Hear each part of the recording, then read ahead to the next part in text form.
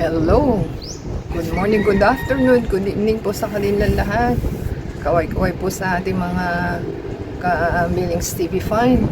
Kamusta po kayo? Tayo po busy sa ating patio at yan ang hangin-hangin.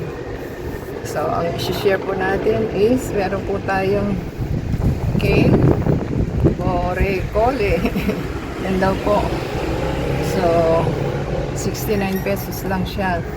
At ready na po ang ating soil. Wala po tayong hydroponics na ating kundi soil lang po. At yan po ang ating ibabaon sa ating soil. Pwede po nating alahin. Ayan. Ganyan po ang itsura niya. Kaliliit. So kakaunti lang po ito. Ating ibabaon ng ating kale. Ayan. Pwede po natin ibaon. At ating pong bubuksan. Kung ating makukuha. So, super liliit po pala yan. Kulay green.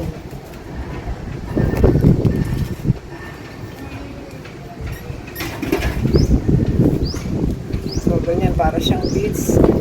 Ganyan po siya kaliliit. Try po natin ibaon. Para lang siyang beads.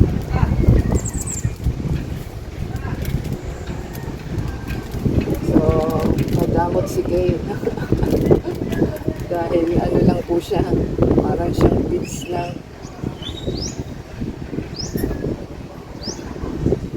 Yan. Ubus agad.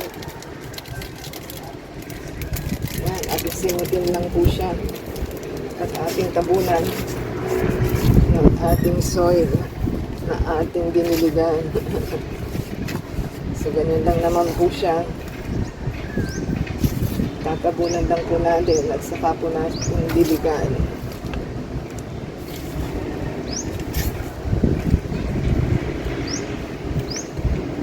Yan.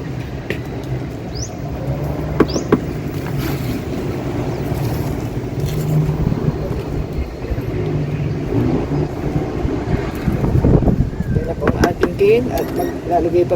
Wala na pala tayong ilalagay doon. So, nandito na siya lahat. So tayo po yung nagpubos lang na ating pak choy at saka ng ating lettuce. So, ayan na po sila.